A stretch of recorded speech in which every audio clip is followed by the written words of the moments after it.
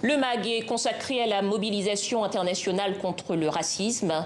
Depuis la mort de George Floyd aux États-Unis, le mouvement a trouvé un écho retentissant en France. La mouvance antiraciste française est-elle en train de vivre une mutation? Eh bien, ce soir, nous donnons la parole à Nassira Ghenif-Souilamas, sociologue, anthropologue à l'université de Paris 8, spécialiste des questions de migration, minorité et de stéréotypes. Bonsoir. Bonsoir. Merci d'être avec nous. Alors, peut-être une première question. La France est un des pays occidentaux qui s'est le plus mobilisé contre le racisme ce dernier mois. Plus de 20 000 personnes place de la République, plus de 80 000 selon les organisateurs. Comment est-ce que vous expliquez l'ampleur de cette mobilisation ? En fait, cette mobilisation vient de loin. Elle est le fruit qui mûrit en quelque sorte depuis plusieurs décennies de lutte contre le racisme. Si l'on voulait simplement ponctuer avec deux dates, je pense qu'on pourrait rappeler 1983, la marche pour l'égalité contre le racisme, initiée par des jeunes des quartiers de l'Est de Lyon, et aussi une marche qui part de Marseille et qui finit en aboutissant à Paris par être reconnue par la réception d'une délégation à l'Élysée, mais qui n'aura quasiment aucune conséquence, puisque depuis lors, le racisme n'a fait que sévir et s'amplifier, notamment à travers son caractère systémique et sa façon de métaboliser dans l'ensemble de la société. Deuxième date, 2005, les révoltes consécutives à la mort dans un transformateur de Ziyad Benna et Bouna Ziyad. Et donc, ce sont ces deux épisodes qui permettent de comprendre que ce qui se joue maintenant depuis un mois et qui a été en quelque sorte déclenché par l'assassinat de George Floyd est bien une histoire française de la lutte antiraciste. Alors justement, en France, il y avait des organisations plus anciennes, je pense à SOS Racisme, le MRAP et bien d'autres. Pourtant, aujourd'hui, c'est essentiellement le comité Justice pour Adama qui porte cette mobilisation antiraciste. Comment est-ce que vous expliquez que ces autres organisations n'arrivent plus à mobiliser ? Alors en fait, elles ont toujours eu tendance à se constituer comme étant les interlocutrices de l'État et non pas de la société, et comme étant des relais nécessaires, indispensables à la lutte contre toutes les formes de racisme.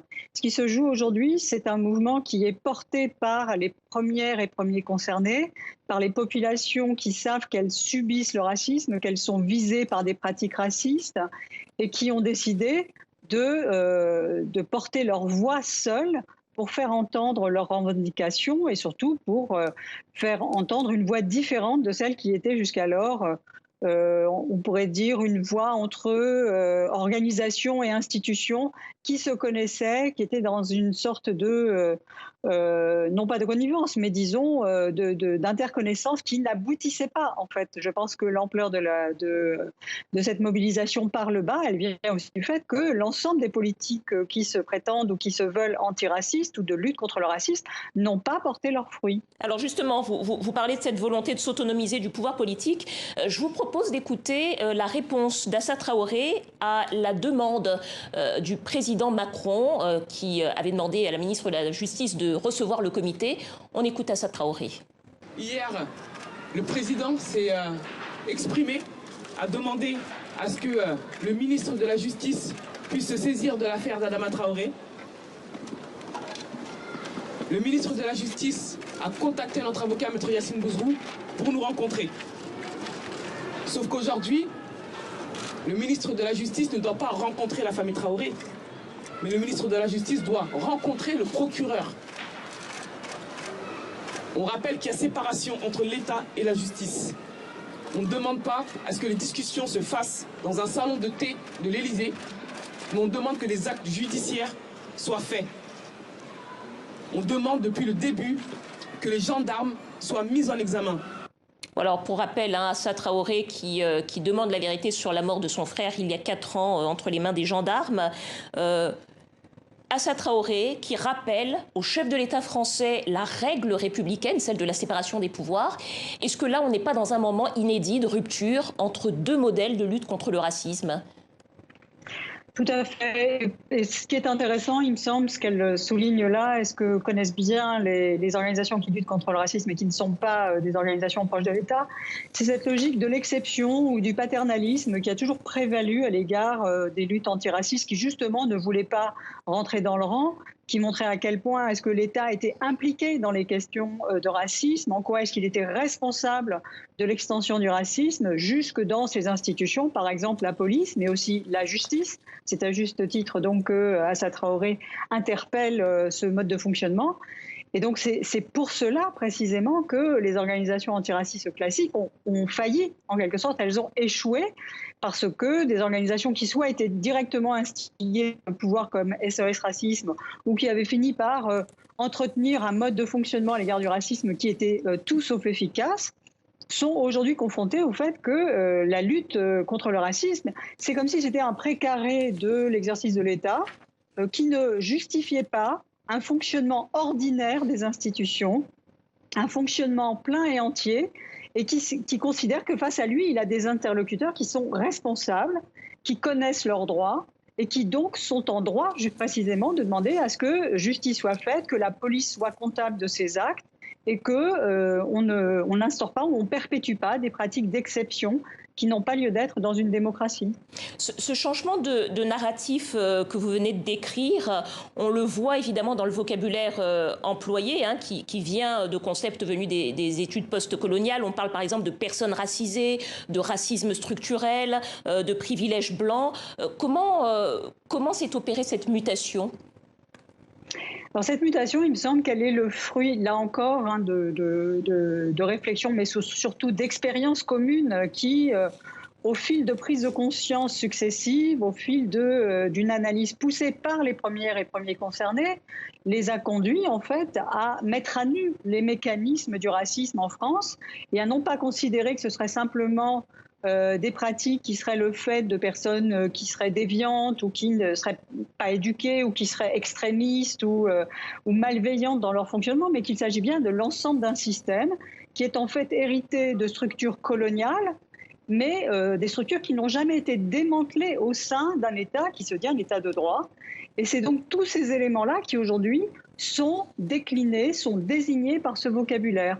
Parler de personnes racisées, ça n'est pas parler de victimes, c'est parler de personnes qui appartiennent à des groupes qui sont ciblés par des pratiques.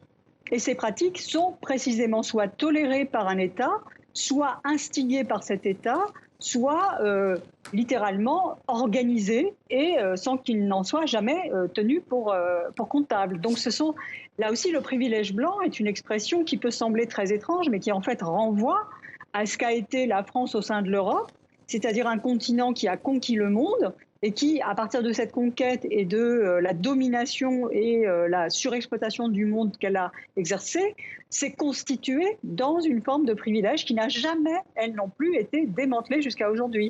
Donc désigner un privilège blanc, ça n'est pas désigner une couleur de peau, c'est désigner un statut politique dont les avantages sont exorbitants et sont parfaitement inadmissibles dans, encore une fois, une société démocratique. Cela dit, en France, la tradition a toujours été de lier la lutte contre le racisme à la lutte contre les inégalités sociales. Le fait d'avoir des concepts qui viennent des États-Unis ou des études postcoloniales comme les personnes racisées ou le privilège blanc inquiète beaucoup de personnes dans la société et dans la sphère politique. Est-ce que c'est quelque chose que vous comprenez ? Alors je pense surtout que l'inquiétude surgit précisément parce que ça veut dire que toute une partie des privilèges ou des pouvoirs qui étaient parfaitement assis sont en train d'être ébranlés. Par ailleurs, je pense que toujours renvoyer ces concepts aux États-Unis, c'est oublier qu'il y a des théoriciens et des théoriciennes français et françaises qui ont développé ces notions-là. La question de la racisation a été développée par Colette Guillaumin dans les années 70. La question du privilège blanc et de ce qu'est être blanc, c'est Frantz Fanon qui, dans les années 50, renvoie ça à la société française.